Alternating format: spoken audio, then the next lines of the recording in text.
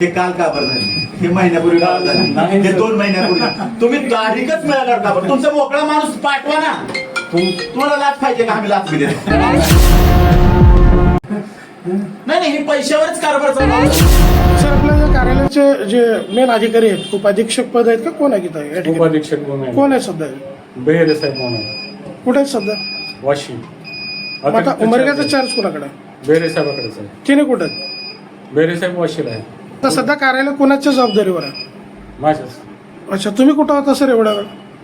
मी ते SIM card बंद करतो. राष्ट्रवादी काँग्रेसचे जिल्ह्याचे मोठे नेते या ठिकाणी आलेले आहेत. अर्धा तास झाले त्यांनी कार्यालयामध्ये येऊन एक अधिकारी या ठिकाणी विचारायला येत नाही, रिकामी खुर्ची दिसते सर. मग सर्वसामान्य नागरिक शेतकरी तर हेलपाटे मारतच जातात. यावर तुमचं म्हणणं काय? लाच द्यावी लागते असं शेतकऱ्यांचा आरोप या ठिकाणी तुमच्या समोर होत आहे आणि वेळेमध्ये काम होत नाही. हे जे अति तातडी जे विषय आहेत, पैसे भरून सुद्धा ते अति तातडीनं होत नाहीत, कामं वर्षानुवर्ष लागतात, प्रलंबित पडतात. ह्याचं कारण काय? आपला अशोक आनंदात उद्बाते आहे, तिची फाईल 1986 ला जमा झालेली अजून मोजणी झालेली नाही. मी इथून उठणारच नाही जोपर्यंत तुम्ही देणार. मॅम, तुम्हाला कोणाला बाहेर जाऊ देणार? मी आता स्पष्ट.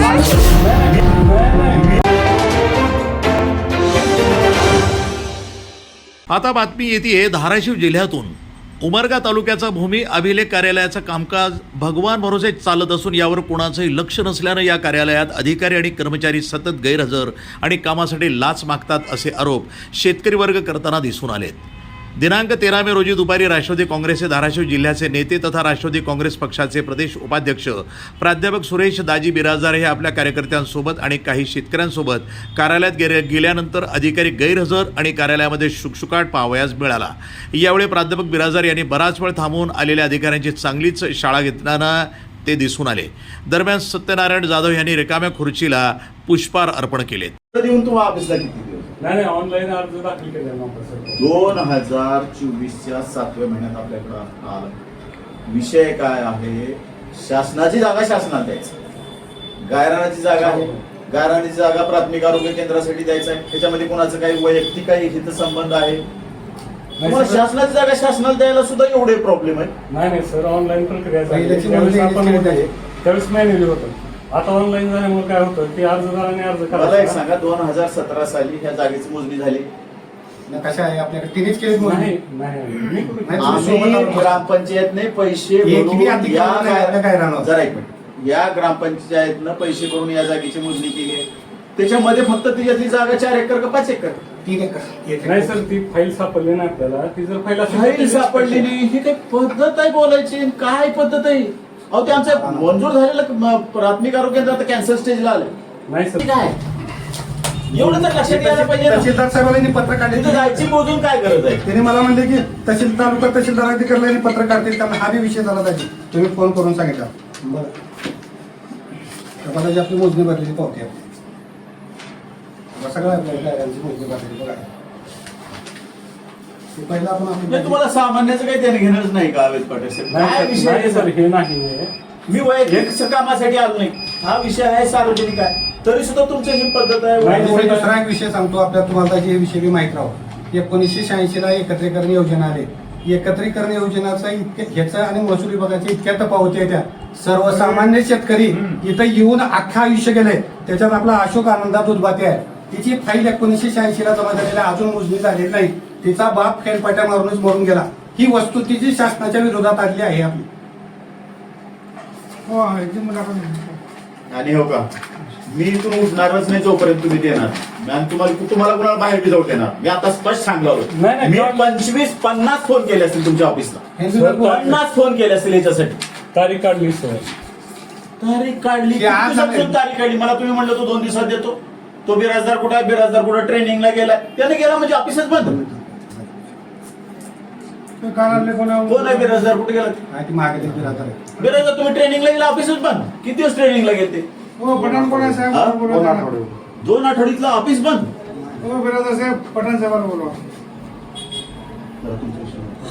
एक विषय आमचा 5 वर्ष झाला मोजणी झालेली नाही. शासकीय मोजणी भरून फक्त येते जागेवर स्पॉट पंचनामा करतील आणि तारीख ढकलून देते. ती सर्वसामान्य शेतकऱ्याच्या हाल आहे. यांनी 1 वर्षात किती जणांच्या मोजणी निकाली झाली दाखवा मला. ही सर्वसामान्य शेतकऱ्याची हाल आहे त्याची.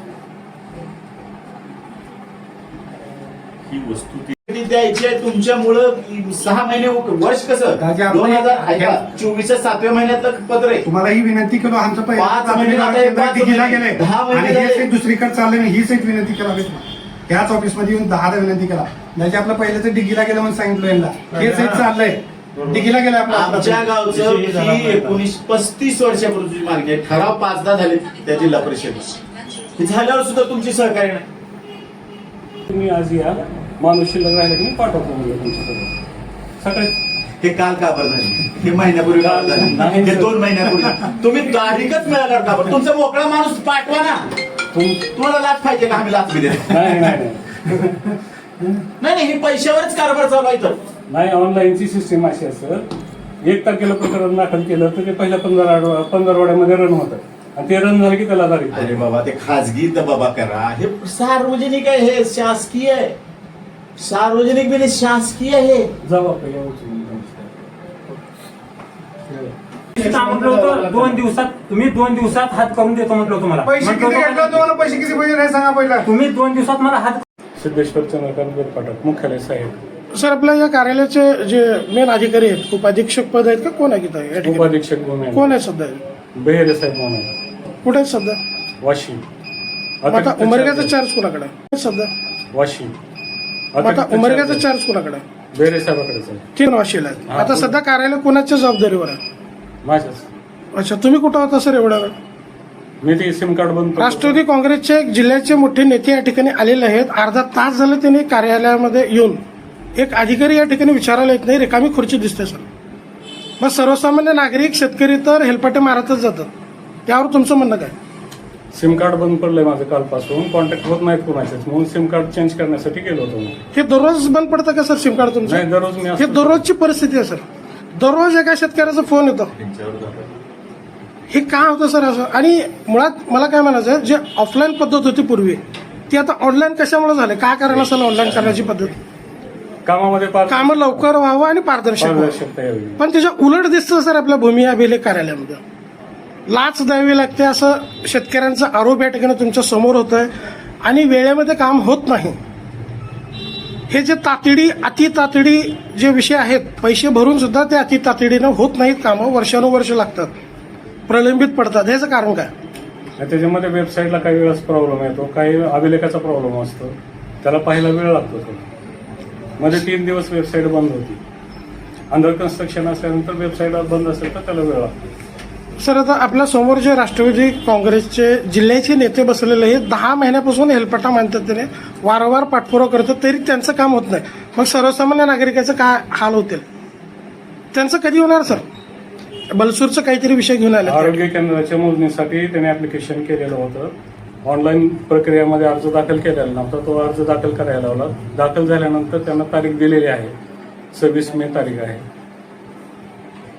आणि सर आता शेतकरी काही आरोप केले तुमच्यावर की मोजणीची फीस भरून अति तातडीची त्या व्यतिरिक्त तुम्हाला 10,000 15,000 रुपये लाच त्यांनी देऊन मोजणी करून घेतली नाही, असं नाही. त्यांचं म्हणणं आहे सर. नाही असं एकही प्रकार आलेला नाही. तुमच्या समोर बोलतो सर ते. नाही म्हणलेला त्यांनी प्रतिवादी हो, सर, काय सर विषय? नाही, नाही, त्यांचं- समोरच्या पार्टी सर, त्याने काय बोललं? झालेत ते झालेत आपल्याला काय माहिती. अच्छा मॅनेजमेंटचा विषय आहे. तुमचं काय म्हणणं आहे सर? तेच म्हणणं आहे 2 दिवसात देतो म्हणून आज 10 दिवसांनी बोलायला तयार नाही आम्हाला. तरी आज पण तारीख देत नव्हते. आज बिरादर साहेबांनी तारीख दिली मला गुरुवारी या म्हणून, पण ह्यांनी म्हटले नाहीत की तुम्ही याला उद्या देतो किंवा परत 4 हे फक्त पैशावर चालतं. 4 दररोज येतात, पैशावर चालतं. हा विषय आहे. मी अति तातडीची मोजणी ग्रामस्थ असून सर्वसामान्य जनतेसाठी आदरणीय सुरेशदाजी बिराजदार यांच्या मार्गदर्शनाखाली आम्ही बलसूर येथील शासकीय गायरान जमीन प्राथमिक आरोग्य केंद्रासाठी 2 वर्षापूर्वी दिलेली असताना यापूर्वी 17 मध्ये मोजणी शासकीय करून घेतलेली आहे. त्या जमिनीच्या मोजणीचा टोच नकाशासाठी आम्ही जवळपास 1.5 वर्षापासून उपभूमी अभिलेख कार्यालय उमरगा ते हेलपाटे मारत आहोत. परंतु या कार्यालयाकडून शासकीय कामासाठी कसलीच साथ किंवा सहकार्य मिळत नाही. त्यामुळे आज दिनांक आम्ही या ठिकाणी 13/5/2025 रोजी आदरणीय लोकनेते सुरेशदाजी बिराजदार यांच्यासह या कार्यालयात उपस्थित झालो असता या ठिकाणी उप अधीक्षक भूमी कार्यालयाची खुर्ची रिक्त जाणवली आणि या ठिकाणी अधिकारी वेळेवर उपस्थित राहत नाहीत आणि सर्वसामान्य गोरगरीब शेतकरी वर्गाचे कामं पण होत नाहीत. हे शासनाचा एक मोजणी भूमी अभिलेख हा एक महत्वाचा कणा आहे.